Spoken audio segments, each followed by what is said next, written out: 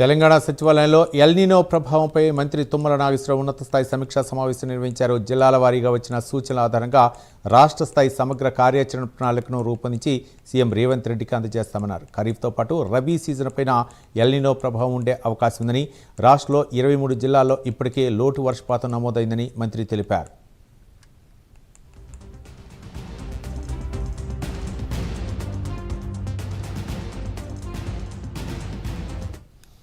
2 రోజుల వర్షాలను చూసి రైతులు వరి సాగు చేయాలని నిర్ణయం తీసుకోవద్దని, బోరుబావుల కింద కూడా వరి సాగు చేయవద్దని రైతులకు అవగాహన కల్పించాలని అధికారులను మంత్రి ఆదేశించారు. భూగర్భ జలాల సంరక్షణతో పాటు పప్పు ధాన్యాలు, చిరుధాన్యాలు, నూనె గింజలు, కూరగాయలు, ఉద్యాన పంటల వంటి ప్రత్యామ్నాయ పంటల సాగుపై అవగాహన కల్పించాలని సూచించారు.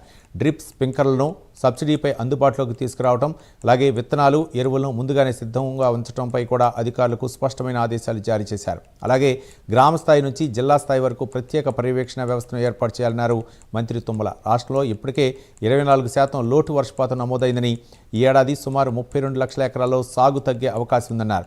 చెరువుల పూడికితీత, ఫార్మా పాండ్లు, చెక్ డ్యాంల నిర్మాణం, నేల తేమ సంరక్షణ చర్యలు చేపట్టాలని నిర్ణయించామన్నారు.